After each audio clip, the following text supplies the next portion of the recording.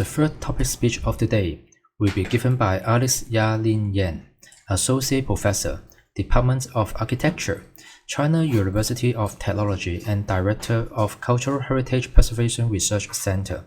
The speech topic is Opportunities for ANIH and International Cooperation. Good day, ladies and gentlemen.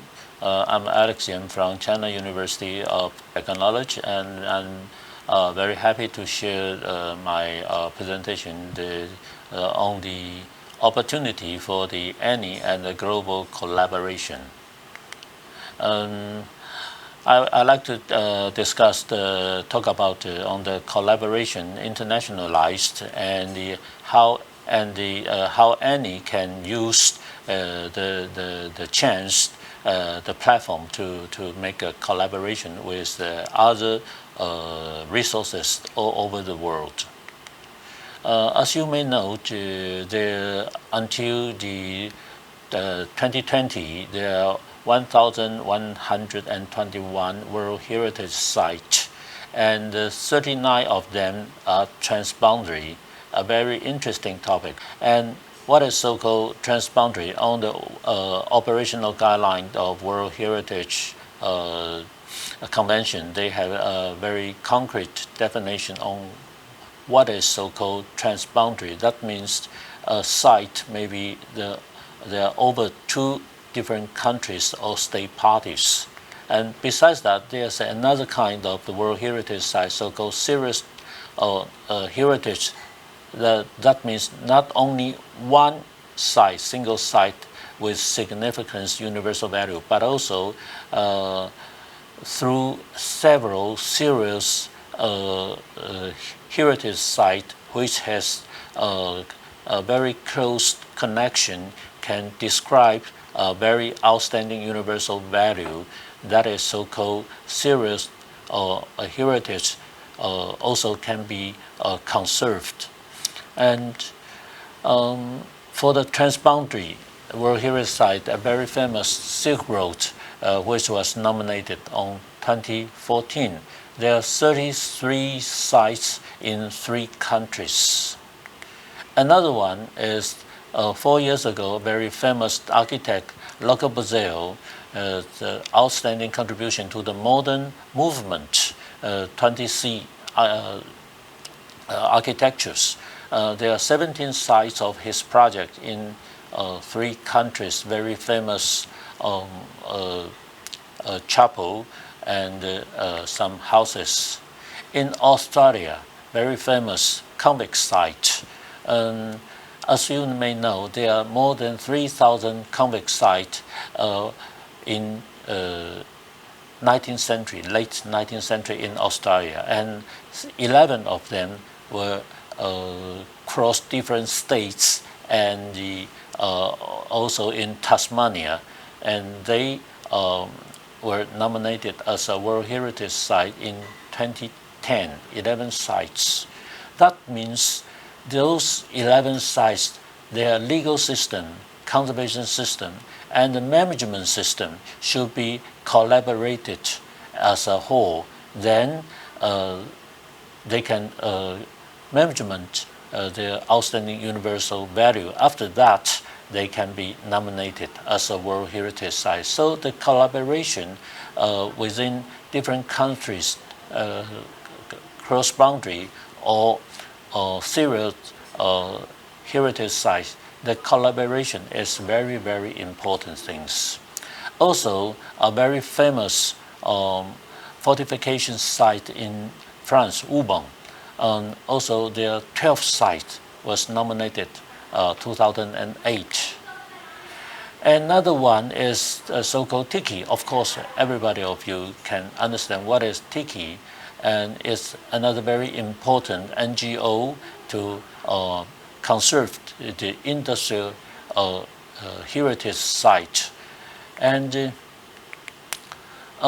also in World Heritage Site, there are several cultural landscape or industrial heritage were on the list, such as very famous Cornish mining site. There were 10 areas in England and was nominated in 2006.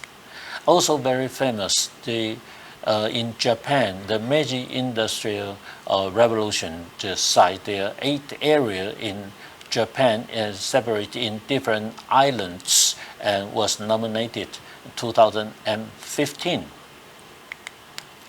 So that means there are so many important sites they will have to can be protected not only from the culture side, but also the industrial heritage, the importance of their outstanding universal value will also be noticed by the United Nations.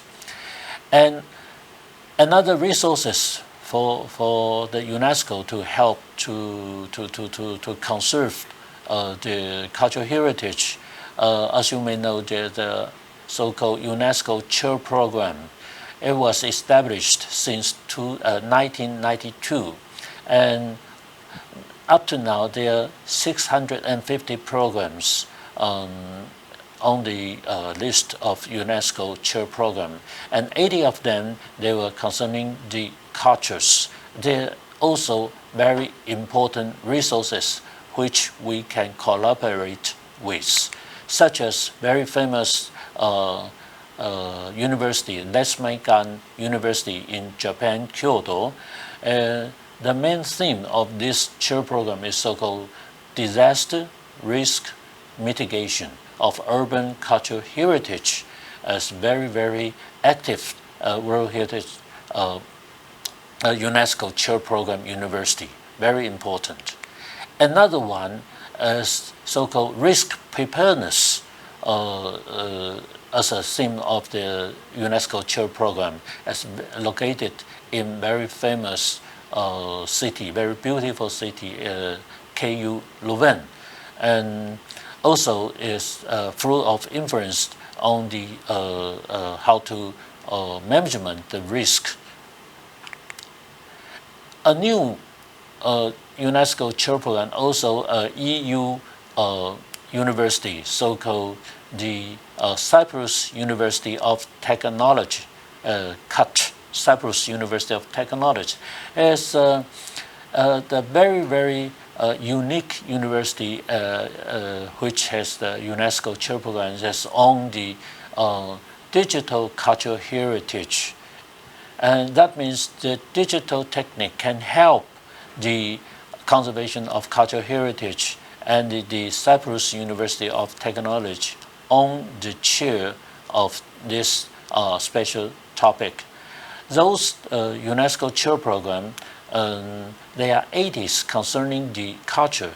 It's a very important resources which for us to collaborate with. And also in Asia Pacific area, UNESCO has his Heritage Award annually for cultural heritage conservation. There in many different countries, in China, Hong Kong, in Vietnam, and Singapore, and many other countries, which is another very interesting network for us to working with. ICOMOS, of course, we know as the International Committee on the Monument and Site, is an NGO and help the UNESCO to prepare to evaluate the world cultural heritage. And recently, ICOMOS is working with some other important international organization like museum, ICOM.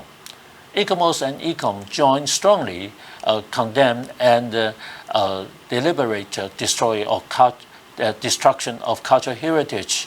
And not only that, but also the ICOMOS and ICOM now collaborate together to think about such as some projects, such as some very important monument, as well as use as a museum. then how the conservation of this important monument is the challenge for ICOMOS and ECOM. And another interesting trend is so-called in ICOMOS and ECOM. Now they started their IUCN. They started their start their culture nature journey. That means the World Heritage Site, which was divided into culture and nature in last century, but recently they understand the culture and nature, they should collaborate together. So not only in the 2016 in IUCN Congress in Hawaii and the 2017 ICOMOS Triennial General Assembly in New Delhi, the IUCN and ICOMOS, they announced they will start launch their culture nature journey collaboration together. It's very interesting topic. And as you may know, there's another very interesting and exciting news that formally the ICOMOS has not only the national committee, international members, but also they have international science committee on different topics. And on the list of the ISC, there are 28. Then a very new ISC to join the ISC family is so-called ISC-IH, is Industrial Heritage. That means the TICI and the ICOMOS, then now they can collaborate together, focused on the industrial heritage conservation, and a new ISC was established. It's great news for us. And besides those platforms or those resources we can collaborate with, some interesting project which was also universalized, such as the SciArc Foundation. They cooperate with ICOMOS and some other NGO. They try to find 500 important cultural heritage sites and digitize them and put on the website to conserve. This is the project which SciArc cooperates with Taiwan. You can see the very important national heritage site, Lugang Longshan Temple, which was on the list of the SciArc 500 platform. And also, thanks to the Getty Conservation Institute, GCI, and World Monument Fund and the ICOMOS, they launched a very important GIS platform, so-called ARCHES, which can be very easily to log in and to join, to put your heritage information on this GIS platform to help us people to understand the different sites in different countries. And we can see there's a very important traditional villages, so-called Chonin settlement in Jinmen County in Taiwan, and the information was logged into the ARCHES platform in the January of 2020. And besides, as you know, the World Monument Fund is also a very important platform resources we can working with. Now, after I introduced some important platform I understand, and now I'd like to talk about the some very important strategy which was launched by the World Heritage Center, so-called 5CS strategy. And in the beginning is 22, there are 4C, and in the year 2007 they added one, so-called 5C. 5C is the World Heritage Center. They try to set up an integration of the implementation of the World Heritage conservation. So the first C is the credibility, is so-called the value. The value is the content or the authenticity and integrity and so on, the credibility. The second is the conservation. The third is so-called capacity building. The fourth is very important, communication, not insight but a network to collaborate with. And the fifth, very important, what is the purpose for your conservation? Of course, for the community, for the general public. So the public participation is also very, very important. So together with that, there's a 5C strategy, and they working with the operational guideline of for the implementation of the World Heritage Convention. And now is the very, very important strategy for the conservation of the cultural heritage. And in Taiwan, we have our Cultural Heritage Preservation Acts since 1982, and we have revised them for several times. And the latest one is in the year 2016. And I'm happy to let you know now this conservation preservation acts to do the conservation is based on the value priority. That means the value of the cultural property, culture of monument is the most important things we like to preserve, and not only the tangible but the intangible. So how to preserve them, and through the credibility, conservation, capacity building, communication, and for the community participation, all written in the our latest Preservation Acts of Cultural Heritage 2016. Few weeks ago, the ECOMOS Pacific Region Groups has a regional meeting. The chair, Rohi,